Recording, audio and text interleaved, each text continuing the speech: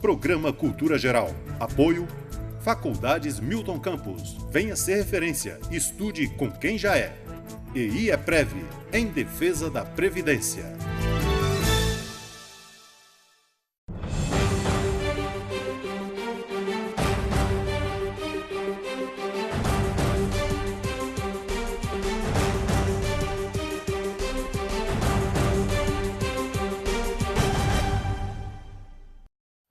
Muito boa tarde, começando agora mais um programa Cultura Geral.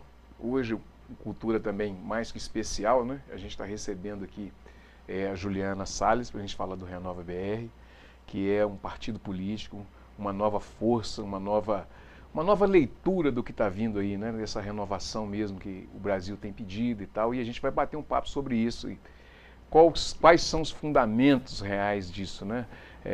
Por que vem essa onda? Por que está vindo essa onda de renovação?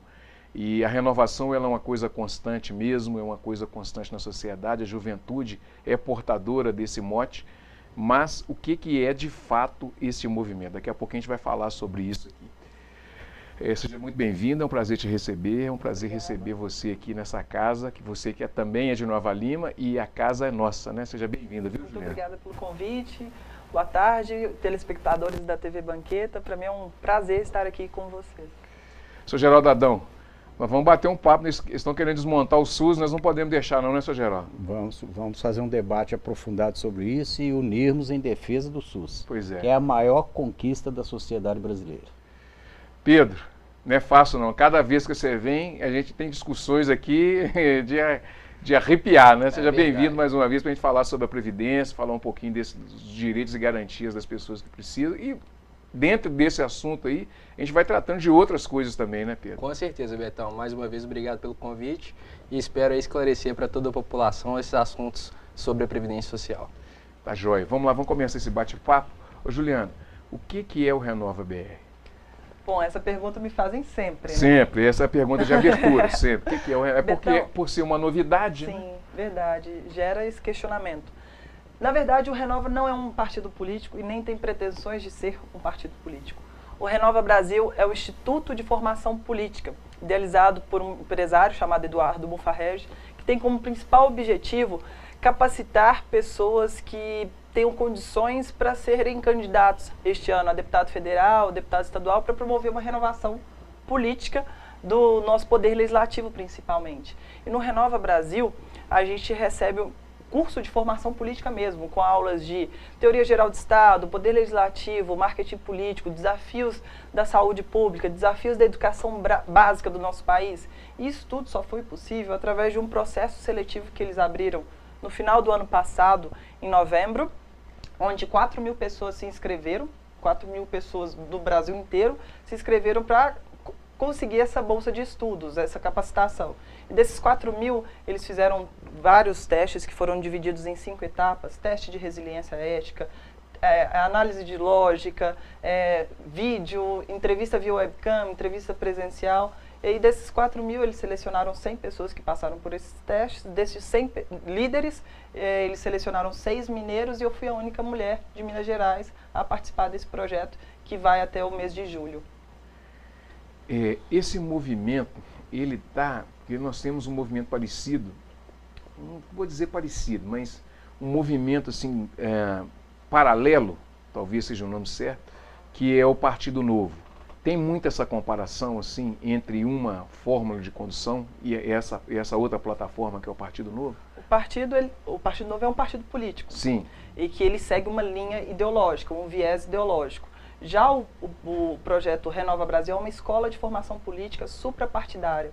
Lá no Renova você vai encontrar líderes de diversos partidos políticos, desde partidos do espectro ideológico da esquerda, como o PCdoB e PSOL, até partidos de direita, como é o caso do Novo, como é o caso do PSDB, Democratas, e partidos de centro, como a Rede Sustentabilidade, o PHS e o PSB. Lá é um movimento suprapartidário, porque nós acreditamos que essa polarização em que o Brasil se encontra hoje, entre esquerda e direita, levou a gente para o caos político que a gente se encontra hoje. Então, no Renova, a gente procura pontos onde a gente possa convergir e dialogar e buscar soluções para promover um Brasil melhor. Você acha que é possível essa convergência? A gente, às vezes, tem uns momentos de rixa lá dentro do Renova, porque o Renova é como se fosse um exemplo do Congresso Nacional. No Congresso Nacional a gente vai ver pessoas de diferentes ideologias, diferentes vivências, diferentes histórias, mas a gente está comprovando todas as vezes que a gente vai a São Paulo para ter esse curso presencial de formação, que é possível sim convergir. Por exemplo, todos nós do Renova somos a favor do combate restrito à corrupção, da gerência responsável do recurso público. Isso são pontos de convergência que, independente da ideologia da pessoa, ela quer que aconteça na política. E dentro desse contexto todo,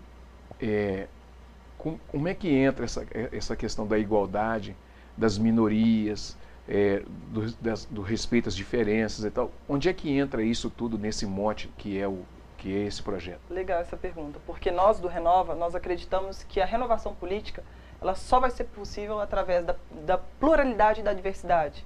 E também não é uma renovação somente de trocar os 6 por meia dúzia, né? Não é uma renovação feita só de trocar caras, mas assim de valores, é uma renovação de valores. Mas o Renova, ele preza pela representatividade, como por exemplo, acho que cerca de 24% dos líderes do Renova são mulheres. Isso é mais do que hoje nós vemos no Congresso Nacional, que não chega a ser 10% do Congresso Nacional é composto por mulheres. Nós temos LGBTs, nós temos negros, nós temos índios. Lá o Renova é bem plural e bem diverso. Como é que você vê a participação? Por exemplo, nós temos em Minas Gerais, nós vamos ter aí a primeira candidata transexual. A Duda, né? A Duda. A candidata ao Senado.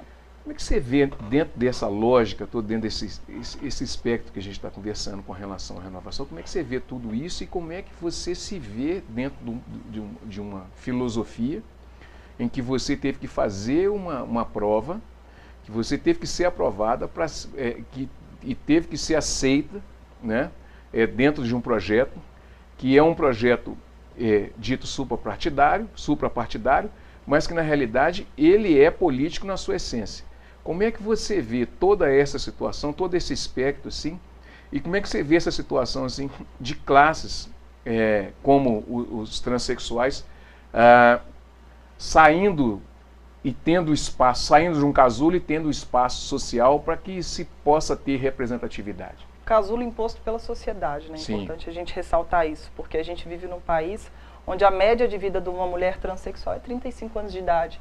Nós vivemos num país em que é o país que mais mata travestis e transexuais. Então, a partir do momento que a gente tem essas pessoas que são minorizadas ocupando o espaço político, a gente dá voz a essas pessoas e a gente combate essa violência. A partir do momento que nós temos mulheres na política, a gente vai dar voz a essas mulheres e vamos combater o feminicídio que acontece no país. Nós vivemos num país que é o 5º país que mais mata mulheres por crime de ódio.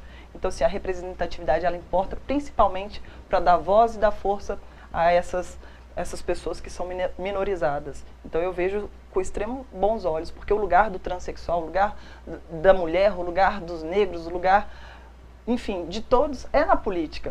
Eu acho que a política, ela precisa ser plural para todas as vozes serem ouvidas. Nosso país é diverso demais, sabe? Para a gente ter somente uma elite, somente homens brancos, héteros naquele Congresso Nacional. Então, eu acho que tem que ser, sim, plural. O Renova, ele tem essa característica, porque às vezes as pessoas, elas, por ser um empresário, por ser uma situação, um empresário de um lugar onde é a cidade mais rica da América Latina, ele não tem... Sofre algum preconceito? Essa talvez seria a pergunta de pano de fundo. Sofre algum preconceito? E seria um movimento também elitista, não? Não, a partir do momento que você vê pessoas ligadas a movimentos sociais como a Frente Favela, você vê uma mãe negra da periferia do Rio de Janeiro, lá tem pessoas de todos os tipos, todas as vivências. Tem pessoas, inclusive, que têm tanto dinheiro que não quiseram receber a bolsa, o auxílio que o Renova dá para a pessoa se dedicar exclusivamente ao projeto de formação. Então, assim, lá é um ambiente plural, independente também da questão da classe social mesmo. Deixa eu pular ali para o Sr. Geraldo. Sr. Geraldo, antes de colocar o Pedro nessa conversa, a conversa do Pedro é mais direta. Como é que nós vamos fazer com o SUS, Sr. Geraldo? Eles estão querendo acabar com o nosso SUS? Não, isso aí é boato. O SUS foi criado para permanecer e é uma conquista da sociedade brasileira, já está praticamente completando 30 anos de existência e não há de ser, no término de um governo provisório ou substituto, que está querendo implantar todas essas reformas, até reconhecidas algumas como importantes e necessárias, mas não como foram feitas. Como precisam ser feitas, elas são reconhecidas como importantes. Criar mais oportunidade para a sociedade desenvolver, promover a inclusão social, principalmente a questão do emprego.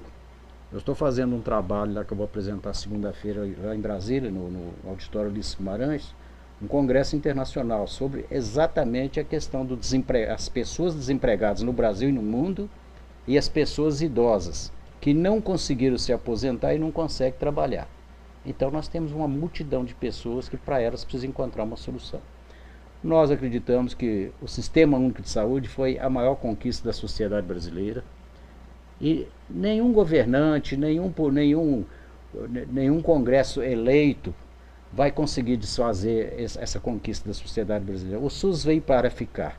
Agora o SUS ainda precisa melhorar, porque a considerar pelo SUS, onde todos os brasileiros têm direito ao acesso à saúde, todos, inclusive o estrangeiro que aqui está como morando aqui ou como turista, né?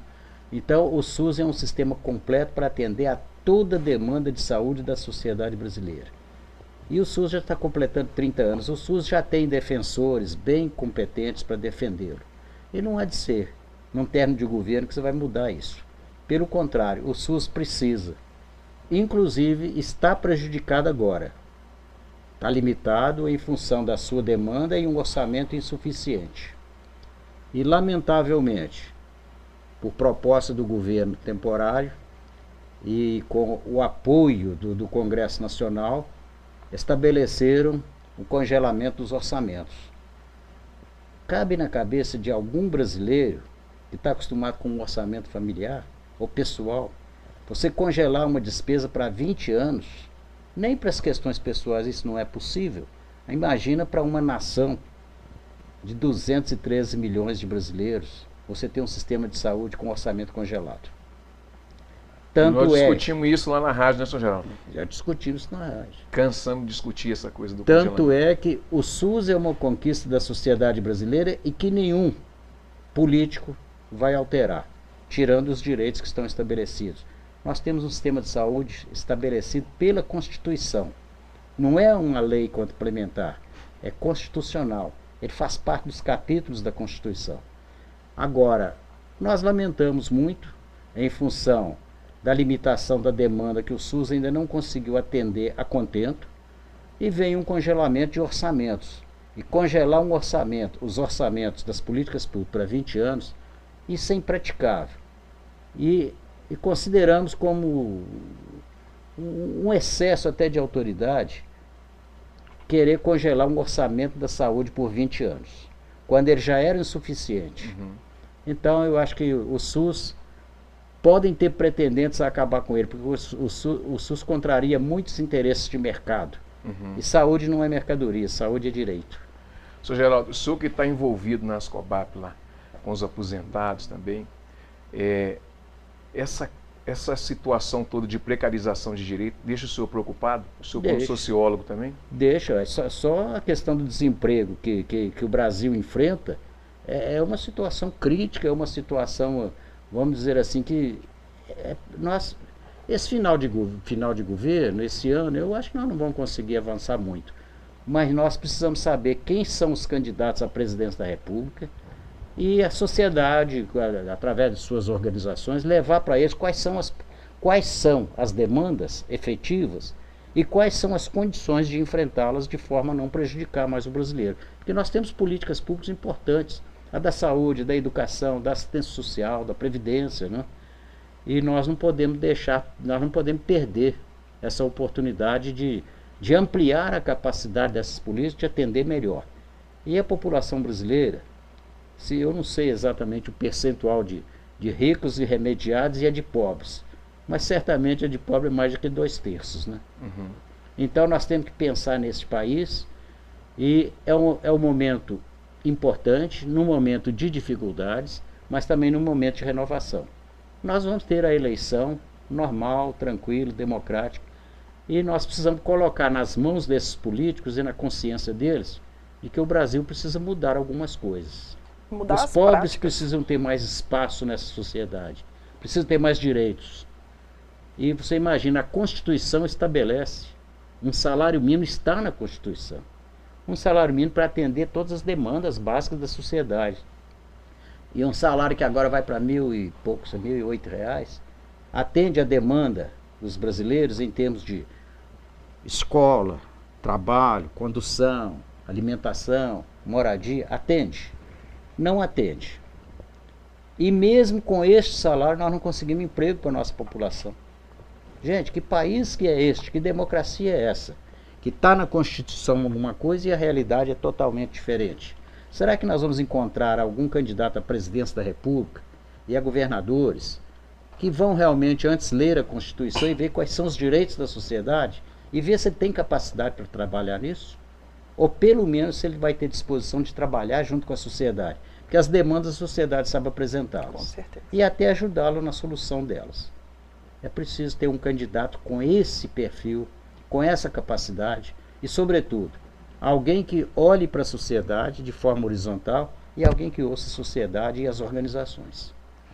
Juliana, te preocupa essa coisa, esse discurso? A gente está vivendo num mundo, um discurso mais conservador, ele é mais, até muito mais austero do que a gente tinha visto há mais tempo. Me preocupa sim, mas me preocupa mais ainda o fato de que mais de 90% da população não se sente representado ou representado pelos atuais políticos, sendo que somos nós que elegemos nossos representantes. E esses representantes, eles acham que eles não devem prestar contas para a população, né? É um absurdo. É um absurdo também o tanto de regalias que os políticos têm. Quando eu olho para a Assembleia Legislativa, eu vejo lá 77 deputados que podem ter, inclusive, auxílio moradia de R$ 4.477, quando o salário mínimo é de 1.000 e pouco. Não é não, senhor Geraldo? Então, assim, indo para 1.000 e pouco, né? Nem é ainda. Quando eu vejo, vai ser. quando eu vejo que os deputados estaduais, eles têm um auxílio, uma verba indenizatória no valor de 27 mil por mês. A Assembleia Legislativa, nesses 3 primeiros anos, gastou mais de 500 mil com auxílio moradia para alguns deputados, porque não são, um ou outro não aceita esse auxílio, sabe? Então a gente tem que acabar com essas regalias, a gente tem que acabar com essas regalias dos políticos para investir nisso que o senhor falou, que está lá na Constituição. A nossa Constituição é maravilhosa, a gente precisa de políticos que façam valer a nossa lei. A Constituição fala que o cidadão tem direito à saúde, à educação, à moradia. Olha o que a gente viu acontecendo lá em São Paulo, com um prédio que caiu, onde uma população que não tinha acesso à moradia teve que ocupar. Muitos, nós vamos fazer uma pauta sobre isso aqui. O déficit habitacional do Brasil é altíssimo. É muita gente que não tem onde morar. Então, assim, se não tem onde morar, as pessoas precisam procurar outros meios, né? E não tratá-los como vândalos ou como facções, como o pré-candidato ao governo do estado de São Paulo tratou. Não, e tem um detalhe que tem circulado nas redes sociais, falando dessas pessoas que tinham um pessoal que agenciava essas pessoas que invadiam e tinham que pagar um valor e tal. Como se isso justificasse as pessoas que estavam ali e morreram por causa de estar naquela situação precária. É a pessoa tentando justificar o caos, né? É porque a pessoa só de estar ali, ela já está em situação vulnerável, muito complicada, independente de qualquer outra situação. Ela não está ali porque ela quer, não. Ela está ali porque o valor da terra é muito caro, porque o aluguel no nosso país é altíssimo. Então, se ela não tem acesso à moradia, não é porque ela não quer, ela não quer estar ali, não. É o que sobrou de opção. E também tem um detalhe aí, onde está a responsabilidade do gestor com o patrimônio público? Esse é prédio público. A função social da propriedade, onde está? Onde está essa responsabilidade? Seja prefeito, seja governador. Espera aí, prédio público ficar abandonado, quando repartições públicas, às vezes, funcionários não têm espaço adequado para trabalhar. E mais, prédio público é da nação, o governo tem que cuidar. A quantidade de prédios vazios no centro de São Paulo acabaria com o déficit habitacional da cidade. Então, assim, tem gente sem onde morar e tem prédio vazio. Então, isso não tem mais oferta de imóvel do que gente pedindo imóvel, tentando conseguir um imóvel. Ô Pedro, como é que você vê toda essa discussão, assim, antes da gente entrar na Previdência, nós vamos entrar no segundo bloco, nós vamos entrar direto nesse assunto, mas antes, assim, um panorama, assim, dentro daquilo que a gente está discutindo aqui. Eu estava até conversando com o Geraldo, antes da gente iniciar o programa, eu tinha uma visão muito precária do SUS. né? Sempre tive plano de saúde durante a minha vida, até que chegou o momento de um familiar, meu pai, né, ele precisar de uma assistência do SUS. Um dia ele teve um infarto, né, e para minha surpresa, primeira surpresa, tive que ligar para o SAMU. Chegou na minha casa em menos de 5 minutos, né? Depois ele foi para um hospital do SUS, e o nível de atendimento, tanto dos profissionais, médicos, enfermeiros, quanto o nível dos equipamentos fornecidos, né, pelo SUS para o tratamento, né, isso me deixou muito feliz, muito surpreso, né? Eu tinha uma visão de que o SUS, né, essa visão que realmente é divulgada pela imprensa de que está super sucateado, que não tem recursos, que é muito precário. Na verdade, a experiência que eu tive foi uma experiência muito feliz, onde eu fiquei muito satisfeito com o atendimento, né, e que me surpreendeu bastante. Então, essa questão que foi colocada, né, do congelamento pelos próximos 20 anos dos gastos públicos, que isso inclusive vai atingir a saúde, me preocupa bastante também, porque pode ser que daqui a alguns anos, né, as pessoas não tenham acesso ao atendimento que meu pai teve. Né, isso me entristece bastante. E tem um detalhe, né, Sr. Geraldo? O Sr. Geraldo pode esclarecer isso direitinho para a gente. A gente tem um plano de saúde, eu tenho, você tem, Juliana, todo mundo tem, mas tem procedimentos que quando você está internado, que o plano de saúde não cobre, quem cobre é o SUS. Então, boa parte daquilo que é gasto com você dentro de um hospital, né, Sr. Geraldo? Estou falando a verdade, não estou? Tá certo. Boa parte daquilo que é gasto com você dentro de um hospital, vou te falar que chega perto de 50%. Ou se não for mais um pouco, é gasto pelo SUS. O governo até os próprios centros de referência, né? Hoje, por exemplo, se tem algum acidente automobilístico, o cidadão é levado para o Hospital João 23, lá em Belo Horizonte, que é um hospital do SUS. Né? Ou seja, os centros de referência, onde tem os médicos, né, mais preparados, onde há maior possibilidade de pesquisa, né, e de cuidado mesmo com os equipamentos, estão no SUS. Então, se houver esse corte de gastos, isso tudo vai ser prejudicado para os próximos anos. Eu gostaria de fazer um comentário. Eu, por exemplo, trabalhei sou aposentado da Companhia Energética de Minas Gerais e fui, inclusive, integrante da equipe que fez o plano de saúde para a CEMIG e o plano de fundação, o plano de complementação salarial do INSS. Então alguém pode dizer, você é um privilegiado que tem isso. Não, eu não vou dizer que seja privilegiado, mas a empresa se preocupava com os empregados e criou um plano de previdência complementar, porque a pessoa às vezes aposenta bem numa empresa e o do INSS é um valor pequeno. Né? Eu, por exemplo, aposentei com 9,3 salários mínimos do INSS, que eu tinha cargo nível superior. Hoje eu ganho 2.520 do INSS, vocês imaginam. Mas o que preocupa mais é que as pessoas acham que ela tendo um plano de saúde, toda a situação de saúde dela, demanda de saúde, está resolvida. E há situações de saúde que são exclusivas do SUS. Não adianta eu ter um plano até de cobertura internacional. Porque se eu precisar de um transplante, não existe transplante fora do SUS. E o transplante hoje é um procedimento comum para pobre, para rico, para qualquer uma pessoa. A fila é a mesma. A fila é a mesma. Gente, só depende de encontrar o órgão compatível. E o SUS garante o transplante. Hoje, com a disseminação de doenças via sangue, antes o hospital precisava, eu servi exército, nós íamos no Felício Roxo fazer doação de sangue para o hospital ter um banco de sangue. Hoje isso não pode existir mais. Quem controla o banco de sangue? Hoje coleta de sangue é tudo feito pelo SUS, por órgãos profissionais e equipamentos específicos. Porque tem que ter o controle da qualidade. Né? Então você não tem transfusão de sangue fora do SUS. E mais, urgência de qualquer natureza, quem cobre é o SUS. O primeiro momento é o SAMU que cobre a rede integrada de urgência desse país. Inclusive eu participei da elaboração da portaria que estabelece aí o regulamento das UPAs, dos hospitais de referência, de tudo mais. A questão do transporte, tem lugar aí que usa até avião, é barco, é tudo, mas qualquer meio de transporte necessário para tentar chegar a tempo com o paciente no local onde ele vai ser atendido, quem faz isso é o SUS. Então não adianta alguém dizer, eu posso comprar um bom plano de saúde e está tudo resolvido. Não, não está resolvido. Porque transplante, transfusão de sangue e urgência, quem atende é o SUS. Gente, deixa eu fazer um intervalinho, vou fazer um intervalinho, daqui a pouquinho a gente volta com mais cultura geral. Não saia daí.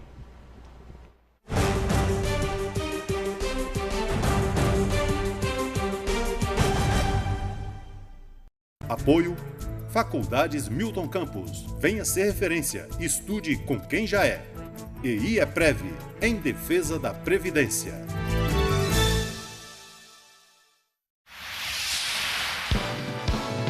Canal Cidadão, Nova Lima e você.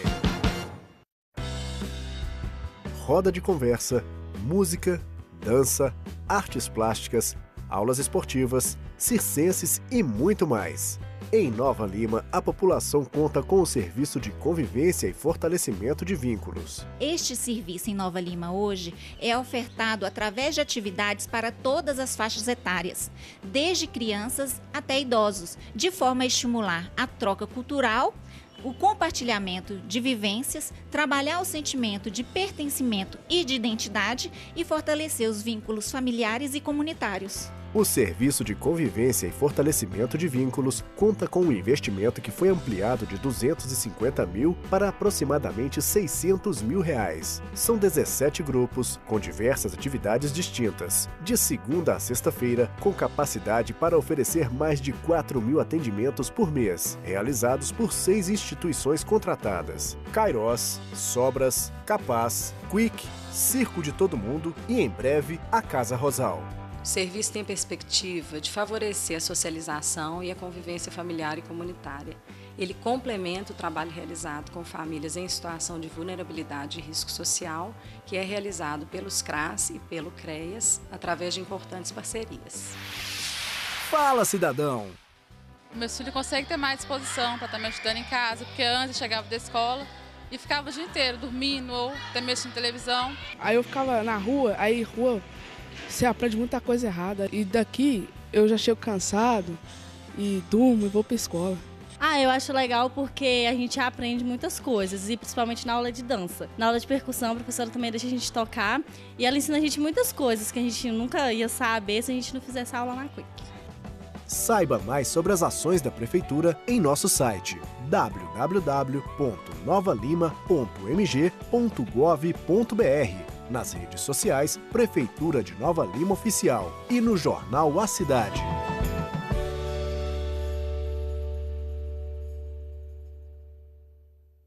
Programa Cultura Geral. Apoio Faculdades Milton Campos. Venha ser referência. Estude com quem já é. EI é Prev, em defesa da Previdência.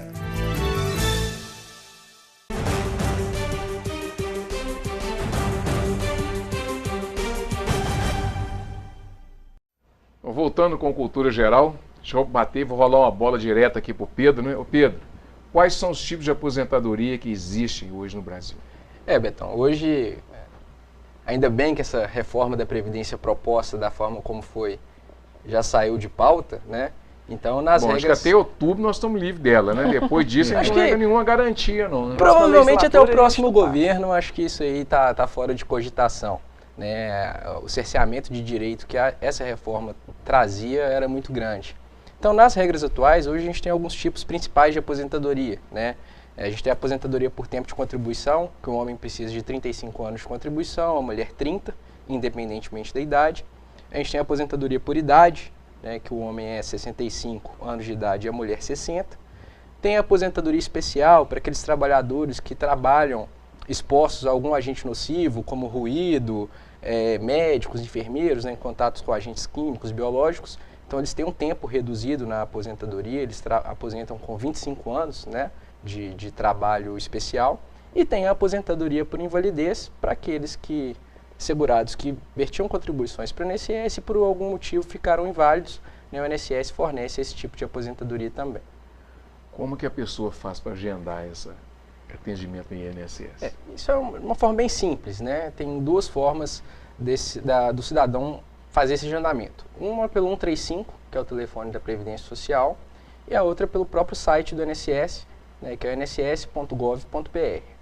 Hoje a gente encontra uma escassez de servidor muito grande no INSS. Então, se a pessoa ligar hoje, né, ela reuniu os requisitos para aposentar, ligou hoje para o INSS, ela só vai conseguir esse atendimento para daqui a 3, 4 meses. mas isso não vai ser um problema. Por quê? Porque no dia do atendimento presencial e quando a aposentadoria for concedida, ela vai receber todo o retroativo da data, até a data da ligação. Então ela não vai perder nenhum dinheiro e não vai ser prejudicada por conta dessa demora.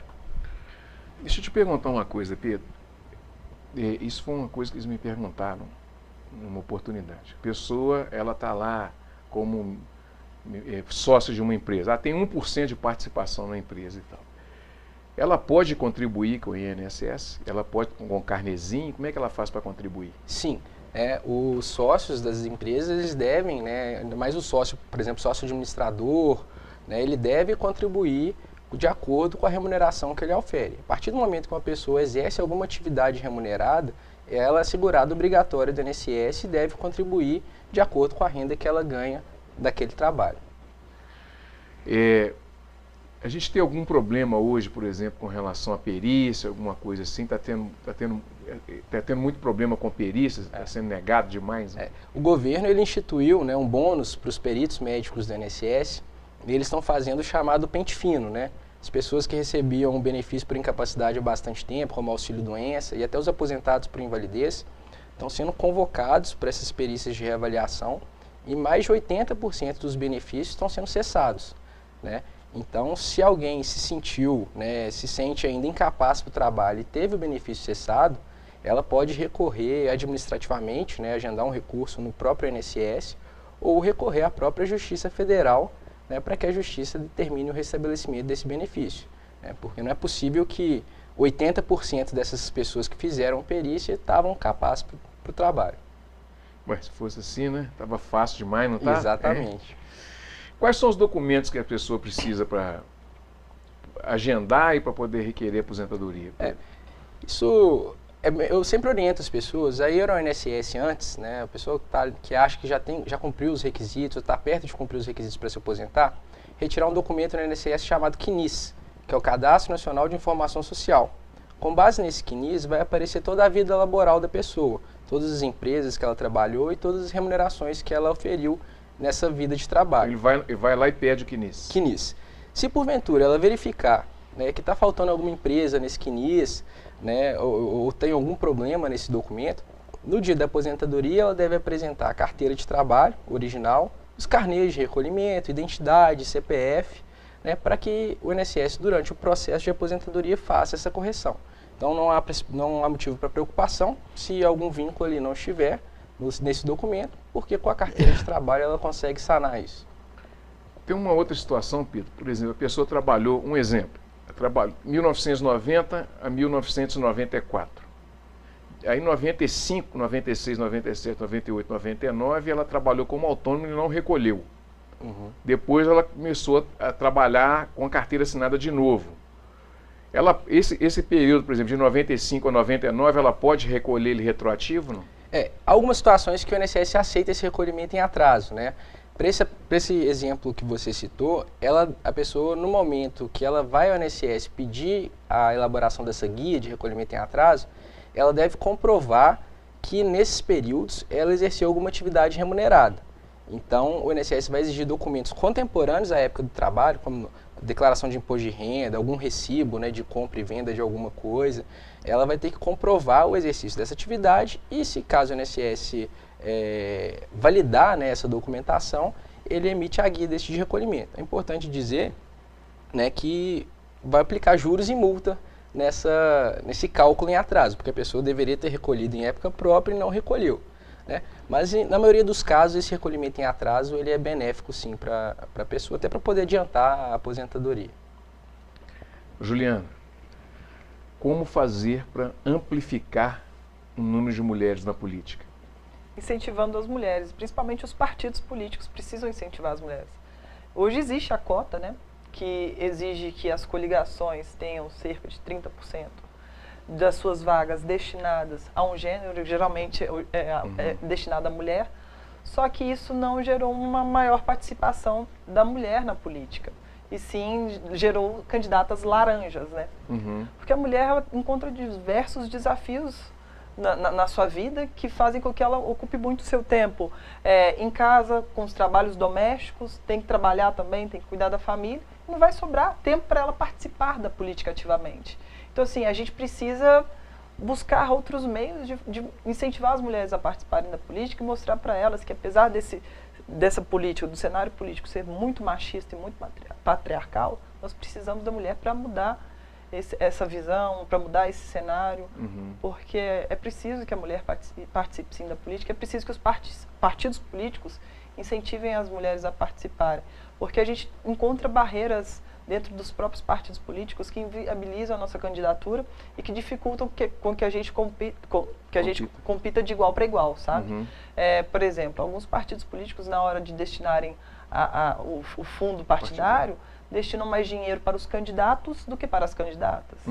Então, assim, a gente tem que parar com isso de ficar diferenciando os gêneros na hora dos partidos formarem as suas chapas e valorizarem as candidaturas das mulheres também, para que elas possam se igualar. Por que você acha que acontece essas coisas, Juliana, assim, essa coisa assim, da mulher ser abnegada dessa condição assim, de decisão?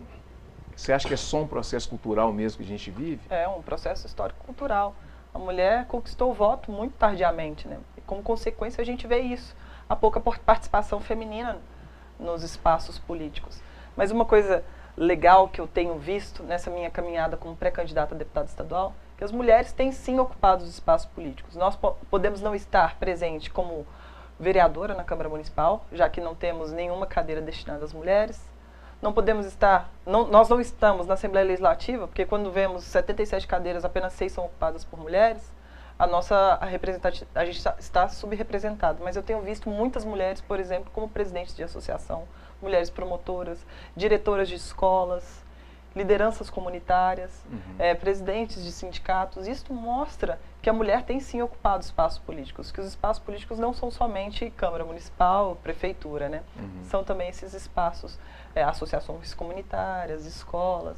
Como é que você tem visto, por exemplo, essa questão do idoso, que a gente estava conversando aqui a respeito dessa situação? O senhor Geraldo vai lá em Brasília, daqui a pouco, o próximo assunto dele é esse. Como é que você tem visto essa situação toda das pessoas idosas, essencialmente das pessoas que não têm condição mesmo, que moram na periferia? A gente estava falando um pouco de São Paulo, mas a gente tem uma realidade em Minas Gerais que é avassaladora, por exemplo, o norte de Minas. Nós temos a região metropolitana que tem uma parte que é muito pobre, igual Ribeirão das Neves. Como é que você vê toda essa condição, você vê toda essa situação e como trabalhar isso na política de forma que a gente consiga levar os recursos necessários para que essas pessoas tenham um pouco mais de dignidade? É o que o senhor Geraldo falou, se a gente procurar políticos que de fato façam nossas leis valerem, isso tudo vai ser possível. Nós vivemos num país extremamente desigual. É desigual para o idoso, é desigual para as mulheres, é desigual para os negros. Mas se a gente fazer valer a Constituição e gerir o dinheiro público com responsabilidade, a gente vai sim reduzir essa desigualdade. Nosso país é extremamente rico.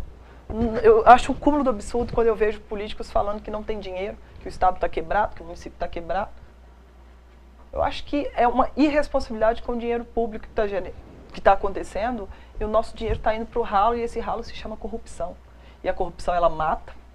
A corrupção faz com que as pessoas morram esperando nas filas dos hospitais, façam com que as mães não consigam procurar empregos porque não têm onde deixar seus filhos nas creches. Não é não, senhor Geraldo? É verdade. Então, assim, acho que a gente precisa de políticos que, de fato, fiscalizem o poder executivo, políticos que tenham responsabilidade com o que é público, com os bens públicos, e que acabem com essas regalias, essas mordomias do político. Porque esse dinheiro que é gasto com o mandato de um parlamentar, ele poderia muito bem ser investido em políticas públicas voltadas para os idosos, por exemplo. Então, assim, dos nossos compromissos com o Renova, inclusive, é esse. A partir do momento que nós somos líderes do Renova, e se viermos a ser eleitos, a gente tem o compromisso de reduzir o gasto do mandato, acabar com essas regalias. Todos nós somos contra auxílio moradia, auxílio paletó, auxílio correio. Gerir o recurso público com responsabilidade, respeitar as liberdades individuais, promover políticas públicas que melhorem a qualidade da saúde, da educação. da habitação. Nós temos que ter um mandato que ele esteja alinhado com os Objetivos de Desenvolvimento Sustentável da ONU, as ODS, para que a gente tenha um mandato sustentável, para que a gente olhe com responsabilidade para o nosso meio ambiente, inclusive. Porque, assim, dinheiro tem, gente. O que não tem é político preocupado em gerir com responsabilidade. Sr. Geraldo, o senhor vai lá para o Congresso, em Brasília. O senhor vai tratar de que especificamente? Eu vou explicar isso. Para mim é até uma satisfação muito grande e foi até uma surpresa, porque está sendo realizado, será realizado em Brasília, no domingo, sábado, domingo e segunda, um congresso internacional sobre questão do envelhecimento, não só no Brasil, no mundo, e assistência aos idosos. E este congresso traz pessoas para falar sobre assuntos importantes. Por exemplo, um teórico lá da Argentina vai falar sobre a questão da previdência social nos países, no mundo, nesses países do mundo. Porque apesar das dificuldades de ter o Brasil, mas o Brasil, em termos de estrutura legal, constitucional, o Brasil é exemplo para o mundo, que nós temos, tudo isso está escrito na Constituição. E isso para nós é uma segurança, ter todas essas políticas. Até então, né, Sujano? Até então, mas nós não vamos deixar eles pegar essa Constituição, nós vamos segurar. Até então.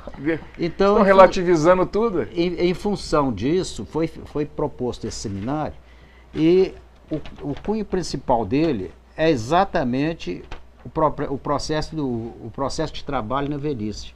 Porque, principalmente, as empresas estão pretendendo trabalhar com pessoas mais novas que têm mais condição física e de saúde para trabalhar. Conclusão, os idosos não estão conseguindo, às vezes não conseguiu o tempo de aposentadoria e não conseguem também conseguir outro emprego, Então esse seminário está sendo realizado disso aí, nessa linha, vai ser no auditório lá do Ulisses Guimarães, aquele Centro de Convenções de Brasília, né? E o primeiro a falar vai ser o Dr. Miguel Fernandes, vai falar sobre Previdência Social, debate para além do tempo de trabalho. Porque o problema é que está tratando a questão do trabalho, a questão da subsistência, mas também a extensão de vida das pessoas no Brasil e no mundo. Então hoje a expectativa de vida já está em torno de 70 anos, não é? O outro vai falar sobre... 70 anos para aquelas pessoas que estão na classe de humanos, né? As pessoas que ainda não chegaram nessa classe de humanos têm aí 35 anos de expectativa de vida, 30, 20 e depende do país e das regiões, né? E das regiões do próprio país, né? Uma situação de São Paulo, Minas Gerais é muito diferente de uma situação do Acre, né? Mato Grosso, etc. Então vem a doutora Salva de Oliveira, vai falar o que não se quer para o trabalhador na velhice, além da produtividade capitalista. E para mim, quem foi convidado para ir foi o presidente do Conselho Nacional de Saúde. Eles querem tratar a saúde não só como um direito do cidadão, mas principalmente no Brasil, que a saúde é direito de todos. E pediu então o presidente do Conselho, que é o Dr. Ronald, para ir lá, e ele falou: eu sou farmacêutico, se fosse para falar sobre medicamento eu iria, mas neste caso aí você sempre foi coordenador, desde que o Conselho Nacional tem a Comissão de Saúde da Pessoa Idosa, que o Conselho trabalha por comissões, né? Desde que criou a Comissão de Saúde da Pessoa Idosa, eu sou coordenador dessa comissão. Ele falou: então melhor é você ir lá do que eu, então você aceita aí? Eu falei: vou. Então eu vou enfrentar. Banana para macaco, né? Mas olha aqui. Olha a responsabilidade, que eu falei, se fosse para falar sobre previdência, sobre emprego, desemprego, né? Situação social das famílias, etc, e tantas outras, era mais fácil. Porque eu, como sociólogo, minha visão horizontal da sociedade é com muita facilidade que eu vejo isso.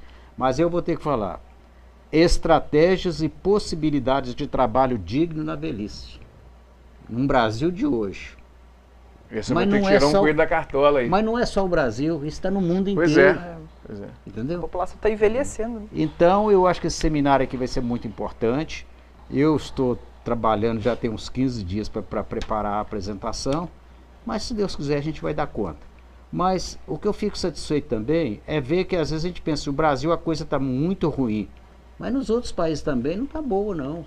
Você vê Inglaterra, França, Itália, Estados Unidos, Rússia, está todo mundo no mesmo barco. Por quê? A tecnologia tomou conta da produção e o homem está em segundo plano. Não é? Então, vamos ver até quando, né? Vamos ver até quando, né? A máquina deve ser um auxiliar na produção e não substituir o homem. Sem sombra de dúvida. Ô Pedro, diga. Se o segurado trabalhou, perdeu a carteira de trabalho, o que ele vai ter que fazer? Vai ter que rezar? Betão, isso é uma situação que acontece bastante até, né? Porque a carteira de trabalho, a pessoa às vezes tem que guardar ali 30, 35 anos, né? Ela leva para o primeiro emprego, para o emprego que ela tem, assina o contrato de trabalho e depois ela guarda em casa e acontece muito da pessoa perder. Então, se ocorrer isso, ela não vai perder o tempo de contribuição dela, né? Então, o INSS aceita outros documentos em substituição à carteira de trabalho.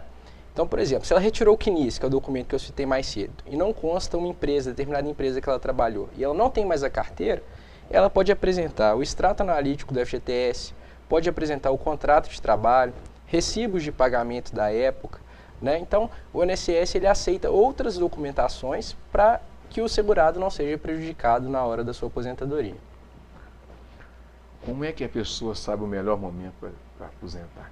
Tem essa receita de bolo aí? A gente faz muito parecer, né, parecer previdenciário sobre isso, né? E hoje a gente tem a famosa regra dos pontos, né, que é o 85-95. O que é isso? Para a mulher, se ela somando a idade com o tempo de contribuição, né, deu 85 pontos, e o homem somando a idade com o tempo de contribuição deu 95 pontos, né, desde que o homem mínimo de 35 de contribuição e a mulher mínimo de 30, né, não vai incidir o fator previdenciário no cálculo da aposentadoria. O fator previdenciário é um coeficiente que foi criado, né, para postergar, para eliminar as aposentadorias precoces. Então, normalmente, quando ele vai ser aplicado no cálculo da aposentadoria, ele diminui bastante o valor, diminui 30%, 40% do valor de uma aposentadoria. Se o segurado faz essa conta simples, somou a idade com o tempo de contribuição de 85 ou 95, não vai haver incidência do fator na aposentadoria. Esse é o melhor cenário para a pessoa requerer esse benefício. Como é calculado? O cálculo da aposentadoria, né, o INSS pega todos os salários da pessoa, né, de julho de 94 até a data que ela faz o pedido de aposentadoria. Por que julho de 94? Porque foi quando foi instituído o Plano Real. Então, para não fazer cálculo de aposentadoria com várias moedas, pega-se de julho de 94 até maio de 2018.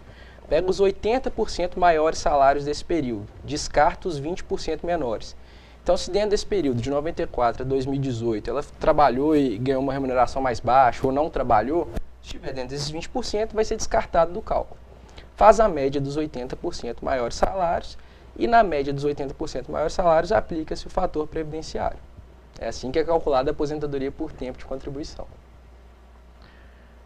A reforma, nós somos livres dela até outubro, por causa da intervenção no Rio de Janeiro? O governo, a famosa PEC 287, né, está há bastante tempo tramitando no Congresso. O governo não conseguiu os votos necessários, né, muito por conta da pressão da população, dos sindicatos, que fizeram muitos protestos, né, abordavam os congressistas nos aeroportos, né, e por bem da população essa reforma foi retirada de pauta.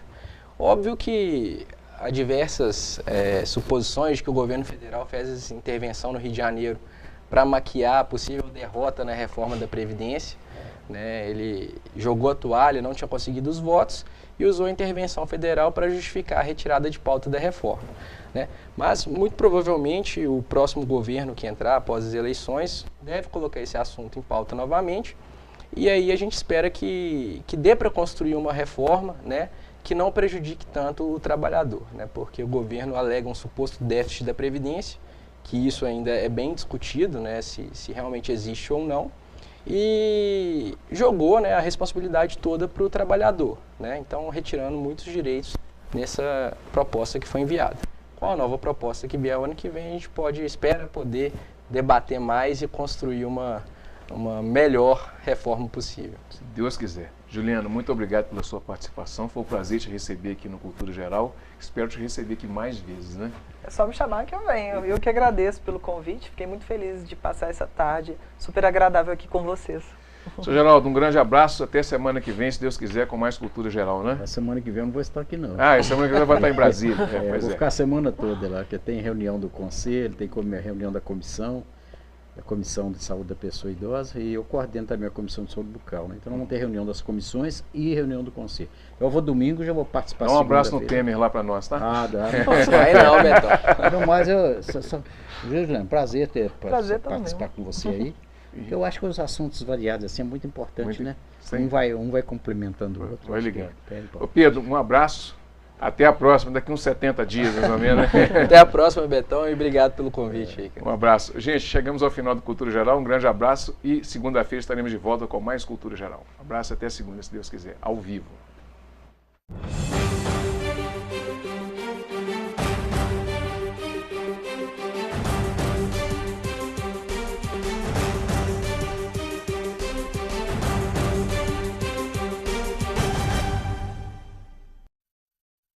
Programa Cultura Geral. Apoio Faculdades Milton Campos. Venha ser referência. Estude com quem já é. EI é Prev, em defesa da Previdência.